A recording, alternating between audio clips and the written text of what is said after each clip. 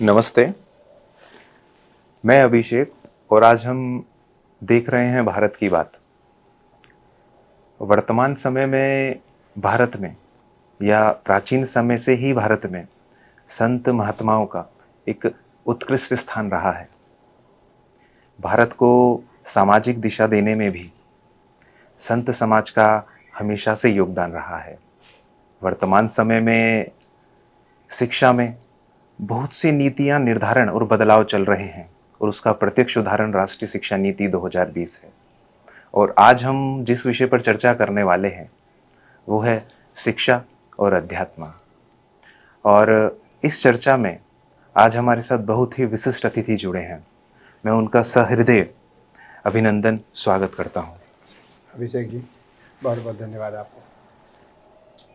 बहुत से अखाड़ों में निरंजनी अखाड़ा प्रमुख है और आज हमारे साथ निरंजनी अखाड़े से आचार्य महामंडलेश्वर स्वामी कैलाशानंद जी जुड़े हैं। आपका बहुत बहुत स्वागत, अभिनंदन कि आपने इस विषय पर, अध्यात्म और शिक्षा पर हमें समय दिया। इसके लिए आपका पुनः बहुत बहुत धन्यवाद। शिक्षा भारत का मूल है और आज़ादी से पूर्व बहुत से लोगों ने इसे बदलने और कुचलने की कोशिश भी की है। ऐसा इतिहास में बहुत से प्रसंग अवेलेबल हैं। आज जो हम विषय चर्चा करने वाले हैं, आपका मार्गदर्शन लेने वाले, वह है अध्यात्म और शिक्षा। इसी से जुड़ा मेरा पहला प्रश्न यह है कि प्राचीन काल में या वैदिक शिक्षा में किस प्रकार की शिक्षा व्यवस्था थी? गुरुकुल में किस उम्र में छात्र आते थे, किस आयु में वापस चले जाते थे, और उस समय अध्यात्म की क्या भूमिका रही होगी? स्वामी जी। बहुत अच्छा है अभिषेक जी, आपका विषय और आपका भाव। मुझे लगता है कि भारतीय संस्कृति, क्योंकि दो विषय हैं और ये दोनों विषय अत्यंत महत्वपूर्ण हैं।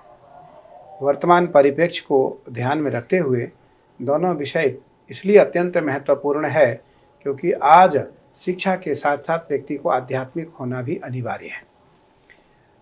आपने पूर्व की बात कही, जब ऋषिकुल और गुरुकुल की परंपरा थी, ऋषि परंपरा थी, तो गुरु गृह गए पढ़न रघुराई। मानस की एक चौपाई है कि गुरु गृह गए पढ़न रघुराई, अल्पकाल विद्या सब पाई। या आई दोनों शब्द हैं। भगवान राम मर्यादा पुरुषोत्तम थे, स्वयं भगवान थे, स्वयं नारायण थे। इसलिए उन्हें 64 दिन भी नहीं लगा और 64 कला का ज्ञान कर लिया उन्होंने। लेकिन गुरुकुल गए, समय कब था कि पंचम बरस देखी सुंदर ताई, ताहि बिलोकत अनुपम भाई। 5 वर्ष के बाद गुरुकुल में जाने के लिए राजकुमार तैयार हो जाते थे। आज भी गुरुकुल की परंपरा, जहाँ बौद्धिक परंपराएं हैं, आध्यात्मिक परंपरा, गुरुकुल की परंपरा है। बच्चे को इसलिए 5 वर्ष से पूर्व गुरुकुल के लिए तैयार किया जाता था कि वो बच्चे ऐसे होते थे कांचे घड़े के समान, मिट्टी के, जो कच्ची मिट्टी है उसके घड़े के समान। कुम्हार जब कच्ची मिट्टी को अपने चाक पे रखता है तो वो अलग अलग पात्र बनाता है। कभी उसने कुल्हड़ बनाया, कभी परई बनाया, कभी गिलास बनाया, कभी मटकी बनाया, कभी मटका बनाया, कभी घड़ा बनाया, कभी उसकी सुराही बनाई। कुछ भी जो उसके मन में आता है बनाता है, तोड़ता है, बनाता है, तोड़ता है, बनाता है, तोड़ता है। लेकिन जिस दिन वो पक जाता है, उस घड़े को या उस सुराही को या उस मटके को पका दिया जाता है अग्नि में, उसके बाद वो वापस किसी अन्य पात्र में परिवर्तित वह वस्तु नहीं होता। तो इसलिए मुझे लगता है बच्चे जब तक 16 वर्ष से नीचे रहते हैं, 11 वर्ष से नीचे रहते हैं, क्योंकि 1 वर्ष से 6 वर्ष तक पौगंड अवस्था कही जाती है वेद में। पौगंड अवस्था में बच्चा अनभिज्ञ रहता है, उसे कुछ भी नहीं पता है, न धर्म की, न परंपरा की, न जाति की, न कुल की। इसलिए कहा गया है कि जन्मात् जायते शूद्रः, जन्म लेते समय सभी चारों वर्ण के लोग एक समान होते हैं, कोई फर्क नहीं होता। संस्कारात् द्विज उच्यते, जब उसके संस्कार होते हैं तब वो परिवर्तन होता है। इस कुल का है, इस परंपरा का है, इस जाति का है, इस धर्म का है। मुझे लगता है कि भारत में एक धर्म है, वो सनातन धर्म है। भारत में एक जाति है, वो हिंदू जाति है। वो क्या है? हिंदू। हम हिंदू हैं। और क्योंकि चारों, वेद का एक मंत्र मैं आपको सुना रहा हूं क्योंकि विषय इतना सुंदर है आपका, तो इसलिए इस मंत्र को लेना बहुत ज़रूरी है। मंत्र है हरि ओम ब्राह्मणोऽस्य मुखमासीद्बाहु राजन्यः कृतः ऊरु तदस्य जदवैस्यः पद्भ्यागुं शूद्रो अजायत। शुक्ल यजुर्वेद का यह मंत्र है। शुक्ल यजुर्वेद का यह मंत्र है। इसका अर्थ है ब्राह्मणोस्य मुखम आसीत, भगवान के मुख से ब्राह्मण की उत्पत्ति है, भगवान के भुजाओं से क्षत्रिय की उत्पत्ति है, भगवान के उदर से वैश्य की उत्पत्ति है और भगवान के पैर से शूद्र की उत्पत्ति है। चारों एक भगवान के वंशज हैं। मुझे मेरी दृष्टि में इसलिए चरण महत्वपूर्ण है क्योंकि सभी लोग चरण वंदना करते हैं। तो बंदऊ चरण रघुबर हित जाके, चरण की वंदना होती है। इसलिए मुझे लगता है हम तीनों में से श्रेष्ठ चरण है। कौन है? चरण। जो आज उपेक्षित समझा जा रहा है, जिसको उपेक्षित समझा जा रहा है या जो स्वयं को उपेक्षित मान रहा है, मुझे लगता है वो सबसे पहले वंदनीय है। क्योंकि हम अब भगवान को, अगर भगवान का पैर अलग कर देते हैं तो भगवान बिना पैर के हो जाते हैं। पंगु चढ़े गिरिवर गहन। हालांकि उसकी कृपा से लंगड़ा भी हिमालय को चढ़ सकता है, लेकिन उसकी कृपा होगी तो। लेकिन अगर वो खुद ही लंगड़ा है तो इसलिए भगवान कहते हैं कि भगवान के, हमारे शास्त्र की दृष्टि में चारों एक समान है। ये अध्यात्म और शिक्षा की बात है। गुरुकुल में जब बच्चे जाते थे तो सबसे पहले उनका उपनयन संस्कार होता था। उपनयन संस्कार 16 संस्कार होते हैं हमारे यहाँ। गर्भाधान संस्कार से लेकर के अग्नि संस्कार 16 संस्कार है। मैं आज कहता हूं कि संस्कार बंद होने के कारण, संस्कार की कमी होने के कारण आज गर्भाधान संस्कार का पता ज्ञान नहीं है। गर्भाधान संस्कार होना चाहिए। हमारे जो पिता का रज है, पिता का जो तत्व है, पिता का जो अस्तित्व है, पिता का जो बल है, वो माँ के गर्भ में कब जाए, इसकी भी तिथि, दिन, समय महापुरुषों ने शास्त्र में तय किया है। तो उसको गर्भाधान संस्कार कहते हैं। उसके बाद आता है जन्म संस्कार। जन्म संस्कार के बाद नामकरण संस्कार। नामकरण संस्कार के बाद अन्नप्राशन संस्कार। तो जो 16 संस्कार हैं, 16 संस्कार में से कुछ संस्कार तो आवश्यक हैं, जो होने ही चाहिए। इसलिए गुरुकुल में कम समय में, अल्पकाल में बच्चे को भेजा जाता था। जिसकी जैसी बौद्धिक ज्ञान, बौद्धिक सामर्थ्य होते थे, वो उस तरीके से शिक्षा उतने कम समय में ग्रहण कर सकता था। मुझे लगता है शास्त्र के आदि जगत गुरु शंकराचार्य जी 8 साल में उन्होंने अद्वैत और द्वैत को अलग कर दिया। तो उन्होंने द्वैत और अद्वैतवाद स्थापित कर दी। मुझे लगता है कि समय काल की जो ज्ञान है वो महापुरुषों को पता रहता है। इसलिए शिक्षा का कोई समय नहीं है। कोई छोटा विद्यार्थी, छोटा बच्चा भी बहुत बड़ा विद्वान हो सकता है और कोई बहुत बुजुर्ग भी विद्यार्थी हो सकता है, बहुत बुजुर्ग भी विद्यार्थी हो सकता है। इसलिए विद्या अध्ययन का कोई समय नहीं है। लेकिन गुरुकुल में निवास करने की अवधि है। शिक्षा इसलिए महत्वपूर्ण है कि हमारे हाथ में माला भी हो और हमारे हाथ में मंत्र भी हो। केवल हमारे हाथ में माला है और हमें मंत्र का ज्ञान नहीं है। मंत्र शिक्षा से आता है, माला अध्यात्म का प्रतीक है। माला अध्यात्म का प्रतीक है। तो माला के साथ साथ मंत्र का, देवाधीनम जगत सर्वम, संपूर्ण जगत देवताओं के अधीन है और देवता मंत्र के अधीन है। देवता मंत्र के अधीन है और वह मंत्र श्रेष्ठ कर्मयोगी जो लोग हैं उनके अधीन है। जो श्रेष्ठ कर्मयोगी हैं, मंत्र उनके अधीन है। इसलिए शिक्षा के साथ साथ आध्यात्मिक जीवन होना अनिवार्य है। और अनिवार्यता इसलिए महत्वपूर्ण है क्योंकि आज का जो समय है, जब एक सामान्य व्यक्ति हमारे धर्म का परिवर्तन करता है, हमारे धर्म को छोड़ता है, तो हमें बहुत नुकसान नहीं होते हैं। लेकिन एक यदि पढ़ा लिखा आदमी धर्म को छोड़ देता है, दूसरे धर्म को स्वीकार कर लेता है, तो सनातन धर्म को अनगिनत क्षति होती है, अनगिनत क्षति होती है। क्योंकि उसके द्वारा हजारों लाखों लोग मोटिवेट होंगे। वो पढ़ा लिखा है, वो बुद्धिमान है, वो समझता है कि हम कैसे मोटिवेट करें लोगों को। लेकिन अगर कोई गांव का एक व्यक्ति परिवर्तन होता है तो वो गांव के जो सामान्य लोग हैं वो अगर दूसरे धर्म में जाता है तो सनातन को इतनी क्षति नहीं। लेकिन क्यों सनातन का एक भी व्यक्ति दूसरे धर्म में क्यों जाए? सनातन धर्म इतना बड़ा बट वृक्ष है। गोस्वामी तुलसीदास जी महाराज लिखते हैं अभिषेक भैया कि बट विश्वास अचल निज धर्मा, तीरथ राज समाज सुकर्मा, सुकृति संभूतन विमल विभूति, मंजुल मंगल मोद प्रसूति, जन मन मंजु मुकुर मल हरणी, किए तिलक गुण गण बस करणी। हमारे यहाँ धर्म की जो छाया है वो बरगद का वृक्ष है, बट वृक्ष है। हमारे यहाँ तो पेड़ को भी भगवान की दर्जा दी गई है, पेड़ को भी भगवान का रूप माना गया है। या वो बरगद का पेड़ हो, नीम की पेड़ हो, पीपल का पेड़ हो, तुलसी का पेड़ हो, या समी का पेड़ हो, अशोक का पेड़ हो। अशोक पेड़ के नीचे माँ जानकी लंका में बैठी हैं और माँ जानकी कह रही हैं अशोक वृक्ष से, हे अशोक तुम तो शोक का हरण करते हो, तुम्हारे नीचे बैठने के बाद भी मेरे अंतःकरण में शोक है, मेरे शोक का हरण करो। उसी समय हनुमान जी महाराज मुद्रिका गिरा देते हैं, डारे मुद्रिका।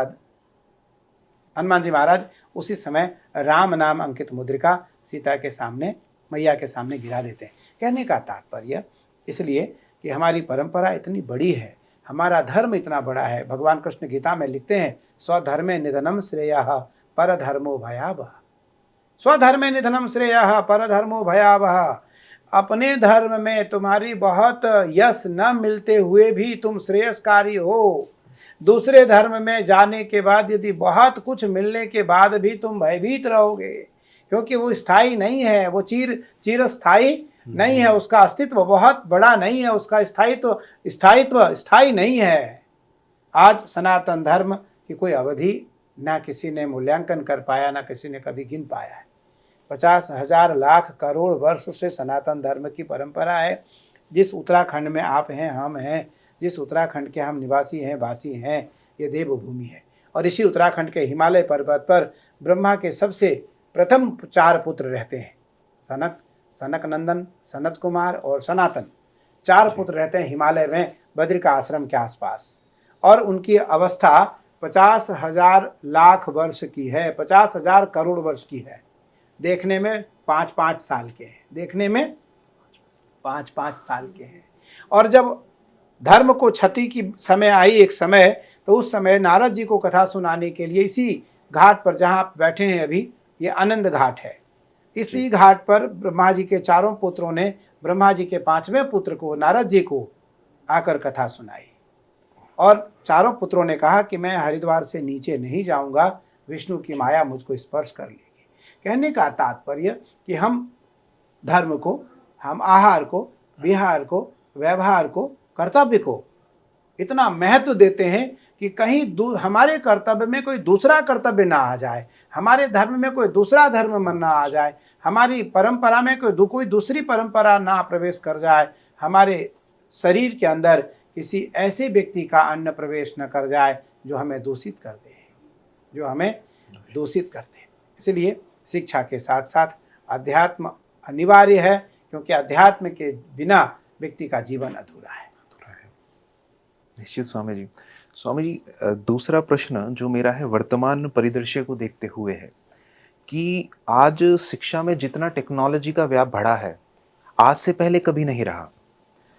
क्या संभावनाएं हैं कि वर्तमान टेक्नोलॉजी और वैदिक शिक्षा को मिक्स करके एक नया मॉडल बने, जिसके माध्यम से पूरे भारत का एक एक छात्र वैदिक शिक्षा को जाने? बहुत अच्छा है। वेद ही विज्ञान है। वेद विज्ञान श्रूयते न विमुंचित मया कार्यम प्रतिपद्यतः, आत्माभिरक्षित मया ज्ञान तत्वदर्शी विमोचित। उपनिषद, कठोपनिषद में नचिकेता ने यमराज से कहा वेद क्या है? तो नचिकेता ने कहा आने वाला समय वेद विज्ञान का रूप ले लेगा, वेद विज्ञान का रूप ले लेगा, क्योंकि वेद से पहले कुछ नहीं है। आगम निगम वेद बखानी, वेद आगम है और वेद से पूर्व कुछ नहीं था, वेद से पहले कुछ भी नहीं था। और वेद एक थे। उस वेद का नाम था ऋग वेद। उस वेद का नाम था ऋग वेद। महर्षि वेदव्यास जी ने ऋग वेद को 4 वेदों में विभाजित किया। ऋग वेद से थोड़े मंत्र निकाले गए, 1900 मंत्र, जिसका शुक्ल यजुर्वेद संहिता बनाई गई, जिसमें 40 अध्याय है, 1900 मंत्र है। क्योंकि विषय आपका इतना अच्छा है, इसलिए इस पर थोड़ा मर्म को देना, मार्मिक विषय रखना और थोड़ा तत्व का ज्ञान देना बहुत जरूरी है कि विषय है क्या। तो आगम निगम, जो आगम है वो वेद है, वेद से पहले कुछ नहीं था। मैं आपके माध्यम से, क्योंकि आपका जो विषय है वो इतना विराट है और आपकी सोच इतना विराट है कि उस संसार के सभी लोगों को इस बात का ज्ञान होना चाहिए कि वेद से पूर्व कुछ नहीं था, वेद से पूर्व सृष्टि में कुछ नहीं था। इसलिए वेद को अगम कहा गया, आगम कहा गया है। श्रीमद् भागवत जी में लिखा गया है कि निगम कल्प तरोर्गलितम फलम, निगम कल्प तरोर्गलितम फलम, सुख मुखाद अमृत द्रव संयुतम, पिबत भागवतम रसमालयम, मुहुरहो रसिका भुवि भावुका। श्रीमद् भागवत जी में वेद को निगम कहा गया है। क्या कहा गया है? ये इससे पूर्व कुछ नहीं था, इससे पूर्व कुछ नहीं था। निगम कल्प तरोर, और इसकी जो वृक्ष है वो इतनी छोटी, इतनी बड़ी है, इतनी छोटी नहीं कि कोई भी इस वृक्ष का पता लगा ले। कोई पर्वतारोही तो पर्वत पे जाकर के शिखर पे ध्वजा स्थापित कर सकता है, किसी भी धर्म को, किसी परंपरा की, किसी भी जाति का, लेकिन वेद की शिखर इतनी ऊंची है कि वहां तक पहुंच पाना किसी के बस की बात नहीं है। इसलिए सनातन सबसे ऊपर इसलिए है क्योंकि वेद सबसे ऊपर है। तो निगम कल्प तरोर गलितम फलम, तो भगवान श्रीमद् भागवत जी में महर्षि वेदव्यास जी लिखते हैं कि तरोर गलितम फलम, इतना विशाल काय वृक्ष है ये, और गलितम फलम, इतना पका हुआ फल है ये, इतना पका हुआ फल है कि कोई भी खा सकता है, और इसमें कोई गुठली नहीं है, कोई छिलका नहीं है, इसमें बच्चे भी खा सकते हैं, बुजुर्ग भी खा सकते हैं। निगम कल्प तरोर गलितम फलम सुख मुखाद, और इसको छुआ कैसे? जैसे आपने सन्यासियों की, संतों की बात कही, तो इसको सुखदेव जी जैसे परमहंस सन्यासी ने स्पर्श किया है। सबसे प्रथम जो चोंच, तोता जब किसी फल को छूता है, अपनी चोंच से स्पर्श करता है, तो वो कभी भी खाया हुआ अशुद्ध कीड़े वाले फल को वो कभी स्पर्श नहीं करता है। वो उसी फल को खाता है जो अत्यंत स्वादिष्ट हो। पूरे वृक्ष में अगर 1000 फल लगे हैं तो तोते उसी फल को स्पर्श करता है जो अत्यंत स्वादिष्ट फल होता है। तो सुखदेव जी ने किसको स्पर्श किया? श्रीमद् भागवत जी को, क्योंकि भागवत जी के लिए कहा गया है कि सबसे श्रेष्ठ फल श्रीमद् भागवत जी हैं, इससे श्रेष्ठ कोई फल नहीं है। और इस फल को सुखदेव जी जैसे परमहंस ने स्पर्श किया। आपने बचपन में पढ़ा भी होगा, सुना भी होगा, खाया भी होगा, तोते के खाए हुए फल को जी सबने खाया होगा। हम जितने भी सनातनी हैं वो लगभग तोते के खाए हुए फल को कभी जूठा नहीं मानते, और हम प्रेम से खाते हैं, या आम हो, अमरूद हो, या अन्य कोई भी फल हो। आप देखते होंगे कि उस फल की मिठास कई गुना बढ़ जाती है उनके छूने से, क्योंकि तोता सामान्य तोता होते हुए भी उसकी जो चोंच है, चोंच का जो रस है कि चुनी चुनी भाव सुभाव जग जाना, तोता जब बार बार छूता है तो उसको प्रेम से खाता है वो, और जब प्रेम से किसी चीज को स्पर्श किया जाता है तो उसकी मिठास कई गुना और बढ़ जाती है। आदमी घर में, अगर मेरी माँ, बेटी, बहन रसोई बनाती हैं और वहाँ भजन गाती हुई, राम नाम का संकीर्तन करती हुई अगर वो भोजन बनाती है तो उस भोजन का मिठास कई गुना बढ़ जाता है। उस भोजन को करने के बाद भजन करने का मन करता है, उस भोजन करने के बाद मंदिर में जाने का मन करता है। और एक प्रैक्टिकल कर लिया जाए कि अगर कोई घर में हमारी माताएं बहनें गाना गाते समय, भोजन बनाते समय गाना गाए और गाने गाते हुए भोजन बनाए, उस भोजन को करने के बाद व्यक्ति को पिक्चर हॉल जाने का मन करता है। उसे उसके मन में राम नाम का संकीर्तन नहीं आता। तो इसलिए हमारे देश की परंपरा में जो श्रेष्ठ परंपरा है वो वेद है, और वेद और विज्ञान। आज अमेरिका ने भी जो, हालांकि अमेरिका की बात मैं इसलिए नहीं करना चाहता था या करना नहीं चाहता हूँ क्योंकि मुझसे आध्यात्मिक जीवन में भारत के सिवा अन्य कोई देश ऐसा नहीं है जो हमें परंपरा सिखाए, हमें परंपरा सिखाए, हमें संस्कृति सिखाए, हमें संस्कार सिखाए। वो हमें टाइम टेबल तो सिखा सकता है, वो हमें एक आत्मीयता नहीं सिखा सकता, वो एक एकात्मता तो एकात्मता नहीं सिखा सकता है। वो स्वयं को ये तो बता सकता है कि मैं हूँ सब कुछ। लेकिन भारत में कहते हैं वसुधैव कुटुंबकम। यहाँ तो हमारी पूरी जो भारतीय वसुंधरा है, यहाँ वसुधैव कुटुंबकम है। आज जो प्रधानमंत्री जी ने G20 का कार्यक्रम करके पूरी दुनिया को ये बता दिया कि वसुधैव कुटुंबकम क्या है। मुझे लगता है आज भारतीय परंपरा वही है भारतीय, क्योंकि आपने विषय इतना सुंदर रखा है, इसलिए मैं इसको कैसे समाप्त करूं और कैसे इसको छोड़ूं या कैसे इसको रखूं, ये बहुत समझ में इसलिए नहीं आ रहा क्योंकि बहुत बड़ा विषय है। क्योंकि वेद विज्ञान है, वेद विज्ञान है, वेद से पूर्व कुछ था ही नहीं, इसलिए कोई कल्पना कभी हो ही नहीं सकती है। वेद से ही आज नासा ने भी इस बात को माना है, अमेरिका के बड़े बड़े जो लोग हैं उन्होंने भी इस बात को माना है, वो भी मंत्र बुलवाते हैं, सहना भवतु सहनो भुनक्तु सह वीर्यं करवावहै सर्वे भवन्तु सुखिनः सर्वे सन्तु निरामया। आज हजारों लाखों विदेशी भारत आते हैं और भारतीय संस्कृति सीखने आते हैं हमारे पास, देश के साधु संतों के पास हमारे पास भी आते हैं और वो ध्यान सीखते हैं। ध्यान परंपरा कहाँ की है? हमारी भारत की है। ध्यान परंपरा हमारी भारत की है कि मूलाधार, नाभि से नीचे मूलाधार, स्वाधिष्ठान मणिपुर, स्वाधिष्ठान अनहद, अनहद छाती, विशुद्धि कंठ, आज्ञा ललाट, बिंदु हमारी चोटी, सहस्राधार हमारे ललाट से मध्य भाग का सहस्राधार। जो 6 चक्र हैं, इन 6 चक्रों का भेदन भारतीय संस्कृति में हो सकता है, और इन 6 चक्रों का भेदन करने वाला व्यक्ति कुंडलिनी जागृत कर सकता है। और कुंडलिनी जागृत करने वाले को अमेरिका जाने की जरूरत नहीं है, वो यहीं से बैठे बैठे अमेरिका भ्रमण करके आ सकता है। उसको किसी पासपोर्ट, वीजा और टिकट की जरूरत नहीं है। आपने देखा होगा, सुना होगा कि हिमालय में रहने वाले साधु एक एक समय में सैकड़ों भक्तों से मिल लिया करते थे।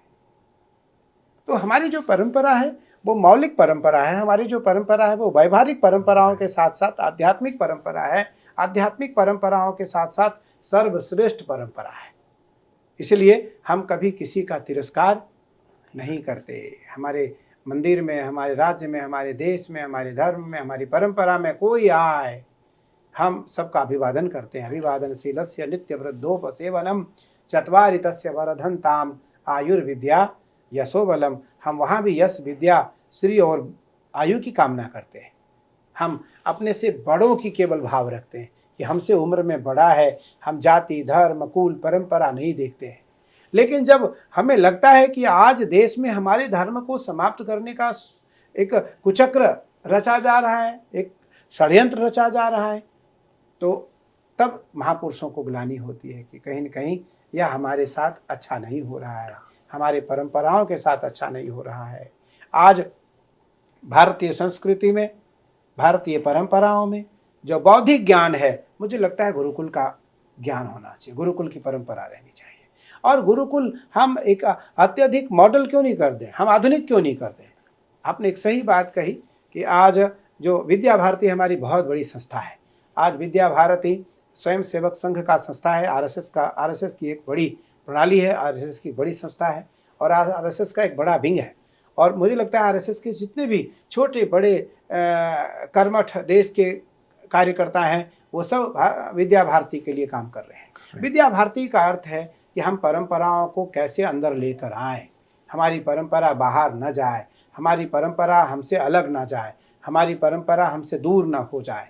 मुझे लगता है कि आज समय ऐसा आ गया है कि हम उस परंपरा में हम उसे आध्यात्मिक ज्ञान भी दें, हम उसे ध्यान भी सिखाएं, हम उसे मौलिक ज्ञान भी दें, हम उसे वेद परंपरा का भी ज्ञान दें, हम उसे आधुनिक कंप्यूटर की भी शिक्षा दें, हम उसे इंग्लिश, अंग्रेजी, हिंदी, संस्कृत, हम अन्य भाषाओं का भी ज्ञान बढ़ा दें और अत्यधिक आधुनिक क्यों नहीं बना दें। विषय यह है कि व्यक्ति, किसी महापुरुष ने किसी से कहा कि किसकी पूजा होनी चाहिए, वेश की या व्यवहार की, पद की या बौद्धिक परंपरा की। तो उस महापुरुष ने कहा, देखो भैया, मैं तो सबको मानता हूं।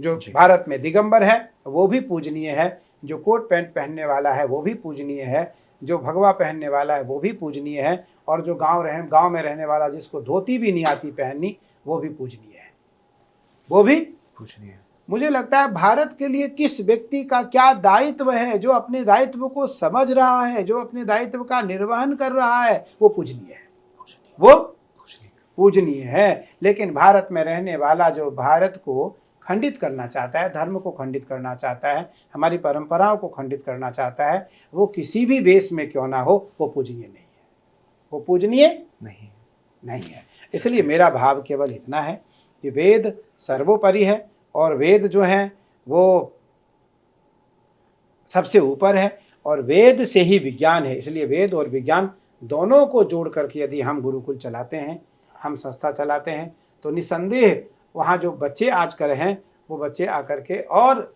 सकुशलता पूर्वक रहना चाहेंगे, पढ़ना चाहेंगे और वो हमारी नीति को सीखना चाहेंगे।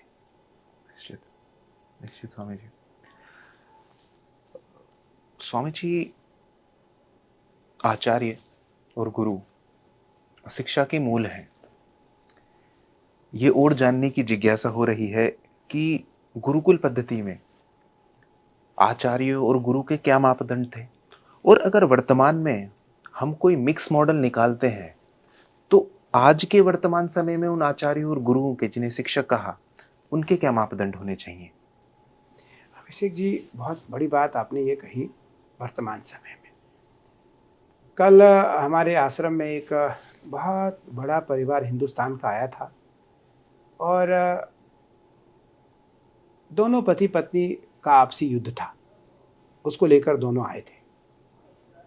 बीच का समझौता करना था मुझे, मैंने किया। मेरा विषय नहीं है क्योंकि मैं गृहस्थ जीवन से संबंधित नहीं हूँ, फिर भी मैंने किया। मुझे बहुत अच्छा भी लगा, बहुत ख़राब भी लगा, दोनों एक साथ लगा। मुझे लगा इतना बड़ा परिवार और छोटी बात को लेकर युद्ध कर रहे हैं। फिर मुझे लगा कि बहुत अच्छा हुआ अगर दोनों ये कोर्ट और मुकदमे में थाने में गए होते तो परिवार बिगड़ गया होता। तो इन्होंने मन में रखा कि मुझे गुरुजी के पास जानी चाहिए, गुरुजी के पास जाकर हमें कोई न कोई ज़रूर इसका समाधान निकलेगा। और निकला। दोनों एक हुए, हमने दोनों की यहाँ वापस विवाह कराई, दोनों को हमने वापस माला पहनाया और दोनों को हमने यहाँ से भोजन करा करके विदा किया। मुझे लगता है कि आज आचार्य गुरु कई प्रकार से होते हैं। दत्तात्रेय भगवान ने 27 गुरु किए। दत्तात्रेय भगवान ने 27 गुरु किए और 27 में उन्होंने उल्टा नारी को भी, जो चरित्र से अच्छी नहीं होती हैं, उनको भी गुरु माना। उन्होंने कुत्ते को भी गुरु माना, सांप को भी गुरु माना, मछली को भी गुरु माना। उन्होंने जो एक समुद्र के किनारे एक जानवर होते हैं कई पैर वाले, केकड़ा, उसको भी गुरु माना उसने। तो उसमें से बहुत सारे महात्मा भी हैं जिनको उन्होंने गुरु माना है। चोर को भी, कौए को भी गुरु माना उन्होंने। जिस जगह पर जुआ और मदिरालय होता है उस जगह पर रहने वाले लोगों को भी उसने गुरु माना है, उन्होंने गुरु माना। तो एक तो होते हैं शिक्षा गुरु, एक होते हैं दीक्षा गुरु। तो मुझे लगता है कि जीवन में जो शिक्षा गुरु हैं वो भी गुरु हैं, जिनके द्वारा हमें मौलिक शिक्षा मिलती है। और आज से पूर्व यदि देखा जाए तो शिक्षा गुरु को भी एक श्रेष्ठ दर्जा प्राप्त था। बच्चे जाकर के अपने गुरु के चरण छूते थे। पढ़ने से पहले मास्टर साहब या गुरुजी या जो भी उनका संबोधन होता था उसको वो संबोधित करते थे। वर्तमान समय में जब से ये हॉस्टल परंपरा आ गई, गुरुकुल परंपरा थोड़ी मोटिवेट हुआ, हॉस्टल परंपरा आ गई, ये गुरु परंपरा धीरे धीरे समाप्त होती गई। अब गुरु में, अब हॉस्टल में, विद्यालय में, कॉलेज में पैर छूने की परंपरा नहीं रही। एक भय होता था मुझे, मैं भी गुरुकुल में रहा, भय होता था कि अगर मैं गलती करूँगा तो मार पड़ेगी। अब मार नहीं पड़ सकती है। अब टीचर विद्यार्थी को मार नहीं सकते, अगर मारते तो मुकदमा हो सकता उन पे। मुझे लगता है इस पे संशोधन होना चाहिए। उनको वह थोड़ा अधिकार जरूर मिलना चाहिए कि वो बच्चे को डांट सके, बच्चे को नियंत्रण में रख सके, बच्चे के ऊपर थोड़ा अंकुश रख सकें। बड़े बड़े हाथी को भी अंकुश में रखने के लिए जब महावत हाथी पे बैठता है तो उसके हाथ में अंकुश होता है, उसके हाथ में अंकुश होता है, नहीं तो हाथी बिगड़ जाता है।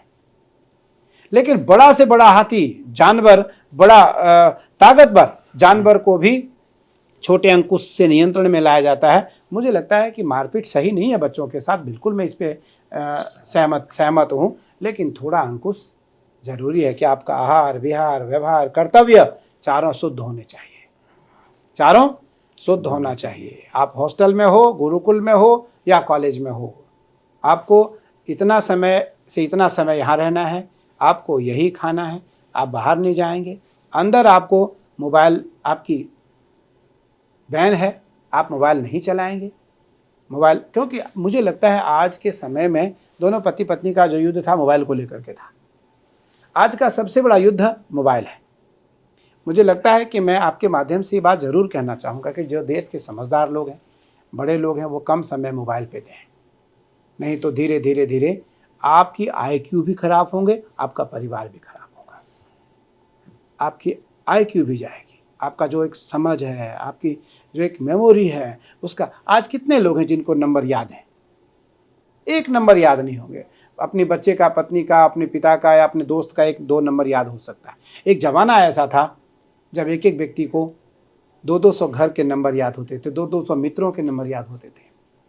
हम लोगों को आज सारे श्लोक याद इसलिए हैं, गीता हो या भागवत हो, रामचरितमानस हो, न्याय हो, दर्शन हो, प्रस्थानत्रयी हो, वेद हो, वैयाकरण हो, इसलिए याद हैं कि हम मोबाइल ऐप से दूर हैं, मोबाइल ऐप से दूर हैं, नेट से दूर हैं, नेट से दूर हैं। तो निसंदेह हम बिल्कुल हर समय ताजे रहते हैं, हमारे अंदर आज भी वह स्फूर्ति बनी रहती है, स्मरण शक्ति हमारी बनी रहती है। मेरे पास मुझे समय मिलता तो मैं आपको ज़रूर दिखाता। लगभग करीबन 100 के करीब हमारे पास ग्रंथ ऐसे हैं जिसकी आयु 1000 साल है।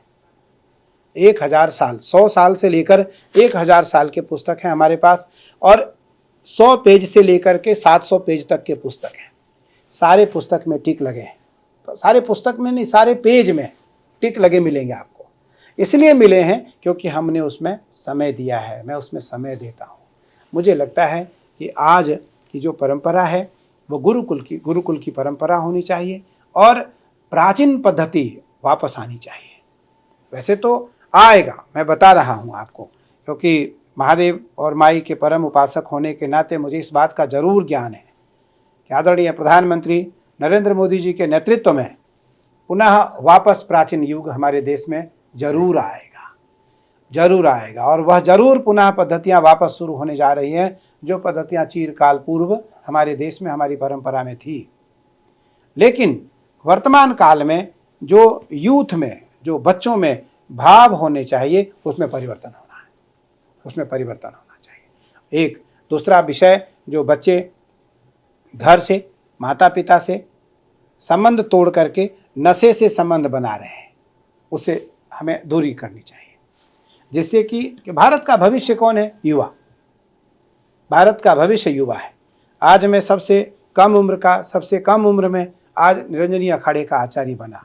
वो इसलिए बना कि मेरे अंदर कोई कमी न होने के कारण अखाड़े के सभी वरिष्ठ महापुरुषों ने तय करके मुझे अपना गुरु चयन किया और मैं निरंजनी अखाड़े का नेतृत्व करता हूँ, लाखों सन्यासियों का नेतृत्व करता हूँ, लाखों सन्यासियों का मैं नेतृत्व करता हूँ, लाखों सन्यासियों को मैं दीक्षा देता हूँ, उनके गुरु।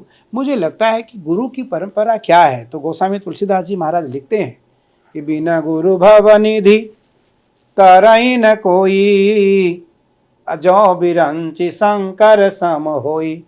गोस्वामी जी स्पष्ट लिख देते हैं एक चौपाई में कि शंकर के समान भी यदि कोई है तो उसे गुरु की आवश्यकता है, उसे गुरु की आवश्यकता है। गुरु के बिना किसी को गति नहीं मिल सकती है कि गुरु बिन भवनिधि। भवसागर, वो गंगा पार तो कर सकता है, समुद्र में पार कर सकता है, वो शिप पे बैठ जाए, नौका पे बैठ जाए, स्टीमर पे बैठ जाए, वो पार लगा लेगा। लेकिन जो भवसागर है, भवसागर है जहाँ ये कोई नौका और स्टीमर काम नहीं आते, उस जगह पर अगर कोई पार करने वाला है तो वो मेरा गुरु है। तो हमें अगर बौद्धिक ज्ञान भी ईश्वर को जगाने का, ईश्वर को पाने का एक मार्ग है, ईश्वर को देखने का एक मार्ग है, तो संस्कृत का भी एक वाक्य है कि ध्यान मूलम गुरुर्मूर्ति, पूजा मूलम गुरुर्पदम, मंत्र मूलम गुरुर्वाक्यम, मोक्ष मूलम गुरुर्कृपा। ध्यान मूलम, मुझे किसका ध्यान करना चाहिए? तो ध्यान मूलम गुरुर्मूर्ति, गुरु मूर्ति का, गुरु का ध्यान करना चाहिए। पूजा मूलम गुरुर्पदम, मुझे उनके पैर की पूजा करनी चाहिए। मंत्र मूलम गुरुर्वाक्यम, हमें उनके जो वाक्य हैं उसको मंत्र समझ करके उसका जप करना चाहिए। और मोक्ष मूलम गुरुर्कृपा, उनकी कृपा रही तो मुझे मोक्ष मिल जाएगा। मोक्ष कृष्ण ने अर्जुन से कहा, जब अर्जुन ने इस बात को कहा कि मैं युद्ध नहीं करूंगा, मैं युद्ध नहीं करूंगा, युद्ध में मेरे ही सारे अपने लोग हैं, सब मारे जाएंगे, मैं युद्ध नहीं करूंगा। कृष्ण को लगा है तो युद्ध करने से बिकर रहा है, युद्ध नहीं करेगा ये। तब भगवान कृष्ण ने दिव्य ज्ञान दिया अर्जुन को, और भगवान श्री कृष्ण ने कहा कि सर्वधर्मान परित्यज्य मामेकम शरणं व्रज, अहम त्वा सर्व पापेभ्यो मोक्षयिष्यामि मा शुचः। हे पार्थ, तुम मेरी बात सुनो, सर्वधर्मान परित्यज्य, सारे धर्मों का त्याग करो, केवल मैं जो तुम्हें कहता हूँ वो करो, मैं जो कहता हूँ वो करो। सर्वधर्मान परित्यज्य मामेकम शरणं व्रज, मेरे शरण में आ जाओ। और हे ब्रजकुरु श्रेष्ठ, मैं तुम्हें वचन देता हूँ, सर्वधर्मान परित्यज्य मामेकम शरणं व्रज, अहम त्वा सर्व पापेभ्यो, मैं तुम्हें सभी पापों से मुक्त करूंगा, मैं तुम्हें सभी पापों से मुक्त करूंगा। सर्व पापेभ्यो मोक्षयिष्यामि मा शुचः, मोक्ष की चिंता न करो, मेरे ऊपर छोड़ दो पार्थ, मैं तुम्हें ही नहीं तुम्हारे पूरे परिवार सहित मैं तुम्हें मोक्ष दूंगा। भगवान श्री कृष्ण के कहने के बाद अर्जुन के मन में यह बात आई कि जब केशव मुझे कह रहे हैं तो मुझे बिल्कुल केशव के शरण में आनी चाहिए। और भगवान कृष्ण ने गीता का दिव्य ज्ञान दिया। गीता का 11वां अध्याय का 12वां, 13वां, 14वां, 15वां श्लोक है। भगवान श्री कृष्ण गीता में कहते हैं 11वें अध्याय में, हे पार्थ, न वेद यज्ञार्थनिर्नदानेर न च क्रियाभिर्न तपोभिरुग्रे एवं रूपम शक्यम अहम नृलोकम द्रष्टुम तदन्ये कुरु प्रवीर। हे कुरु प्रवीर, जो ज्ञान मैं तुम्हें दे रहा हूँ, जिस रूप को मैं तुम्हें दिखा रहा हूँ, इस रूप को आज तक किसी ने नहीं देखा है। और ये रूप किसी वेद व्याकरण या तप, उग्र तपस्या, यजन, धूप, दीप, पूजा, नैवेद्य, अर्चन से संभव नहीं है, केवल मेरी कृपा से संभव है। तो इसलिए सनातन धर्म तो शरणागत धर्म है। यहाँ तो अगर किसी को कुछ नहीं आता है, वो हाथ में लेकर के अगरबत्ती केवल इतना भी कहे, ओम जय जगदीश हरे, स्वामी जय जगदीश हरे, भगवान कृपा कर देते हैं। भगवान, तो वो तो सनातन धर्म के लिए वैसे ही तत्पर रहते हैं, वो तो वैसे ही देने के लिए तैयार रहते हैं। वो कहते हैं कोई मेरे समीप आए तो, मुझसे मांगे तो मुझे लगता है कि सनातन धर्म की जो परंपरा है, हमारी बौद्धिक धर्म की जो परंपरा है, वो न्यायिक परंपराओं के साथ साथ, मौलिक परंपराओं के साथ साथ स्थायी परंपरा है। वो अस्थायी परंपरा नहीं है, वो अन्य धर्म जैसा नहीं है। अन्य धर्म जैसा नहीं है कि अब समाप्त हो जाएगा, इसकी आयु इतनी है, इसकी आयु इतनी है। हमारा तो चिरकाल से है, चिरकाल तक है, चिरकाल तक रहेगा। तो इसलिए वेद और विज्ञान दोनों को जोड़ करके, दोनों को एक साथ करके बिल्कुल एक आधुनिक मॉडल में गुरुकुल खुले, आधुनिक मॉडल में गुरुकुल खुले, जहाँ बच्चों को सारी शिक्षा प्रणाली मिल सके, जिससे बच्चे स्वयं को उपेक्षित न समझें। आज हम लोग जब किसी के यहाँ जाते हैं तो कहते हैं, स्वामी जी आपको अंग्रेजी आती है क्या? तो सबसे पहले विदेश में ये पूछा जाता है कि अंग्रेजी आती है। तो ऐसा लगता है कि अंग्रेजी सबसे बड़ी भाषा है, जो कि हमारे यहाँ अंग्रेजी को भाषा की दर्जा कभी भारत में नहीं मिली है, मिली ही नहीं है। तो इसलिए मुझे लगता है ठीक है, एक ज्ञान है। हमारे संस्कृत में तो इसको आंग्ल भाषा कहा गया है। संस्कृत में इसको आंग्ल भाषा कहा गया है। आंग्ल भाषा का अर्थ हुआ मलेच्छ भाषा, जिसके कोई हाथ पैर न हो, जिसका कोई ह्रस्व दीर्घ प्लुत न हो, जिसमें कोई टांग न हो, जिसका कोई शाब्दिक अगर देखा जाए तो संस्कृत में बहुत सारे ऐसे श्लोक हैं जिसका अन्वय अंग्रेजी में हो ही नहीं सकता, तो उसको ये सीधा तोड़ मरोड़ करके छोटे शब्द में ले आते हैं।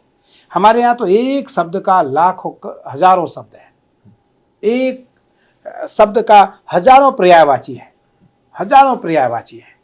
हमारे यहाँ भगवान कृष्ण के कितने नाम हैं? 1000 नाम है। मुझे ईसा मसीह का नाम बता दे कितने हैं? मोहम्मद साहब का नाम बता दे कितने हैं? 1-2 होंगे। लेकिन कृष्ण का नाम कितना है? 1000। दुर्गा का नाम कितना है? 1000। विष्णु का नाम कितना है? 1000। राम का नाम कितना है? 1000। कृष्ण का नाम कितना है? 1000। गणेश जी का नाम कितने? 1000। गंगा जी का नाम कितने? 1000। काली का कितने नाम है? 1000। 1000 तो वर्णित हैं, जिसको हम पढ़ सकते हैं, याद कर सकते हैं। जैसे भगवान कृष्ण का नाम है वामन, अच्युत, केशव, दामोदर, पद्मनाभ, संकर्षण, सुदर्शनधारी। 1000 नाम कृष्ण के ऐसे हैं। और शिव के नाम ऐसे हैं, चंद्रमौलेश्वराय नमः, पद्माय नमः, श्मशानवासिनी नमः, गौरीपतये नमः, दक्षिणेश्वराय नमः, कालिकाधिपतये नमः, उमापतये नमः, नंदिकेश्वराय नमः, नंदीश्वराय नमः, कृताधिपतये नमः, गणेश्वराय नमः, कार्तिकेश्वराधिपतये नमः। 1000 नाम है भगवान शिव के, 1000 नाम है। मुझे लगता है और कौन सा ऐसा पंथ है, कौन सा ऐसा धर्म है भैया? दूसरा कोई धर्म तो नहीं, पंथ है, छोटे छोटे पंथ हैं। धर्म तो एक है केवल, जो सनातन धर्म है। सनातन धर्म है और आदि से अंत तक है। सृष्टि से पूर्व और सृष्टि के अंत तक यह धर्म रहेगा। सृष्टि जब थी तब भी ये धर्म था, सृष्टि जब नहीं रहेगी तब भी ये धर्म रहेगा, क्योंकि कुछ महापुरुष ऐसे हैं जिनका कभी लय नहीं होता। सब लोग एक श्लोक बोलते हैं, गुरुर्ब्रह्मा गुरुर्विष्णु गुरुर्देवो महेश्वर गुरुर साक्षात् परब्रह्म तस्मै श्री गुरुवे नमः। त्वमेव माता च पिता त्वमेव बन्धुश्च सखा त्वमेव विद्या द्रविणं त्वमेव सर्वं मम देव देव। तो हमारे यहाँ जो गुरु की परंपरा है वो अनादिकाल से है। इसलिए माता पिता गुरु राष्ट्र और भगवान 5 की पूजा होती है हमारे यहाँ। भगवान का दर्जा कहाँ आया? 5वां। गुरु हमारी माँ है, हमारी माँ।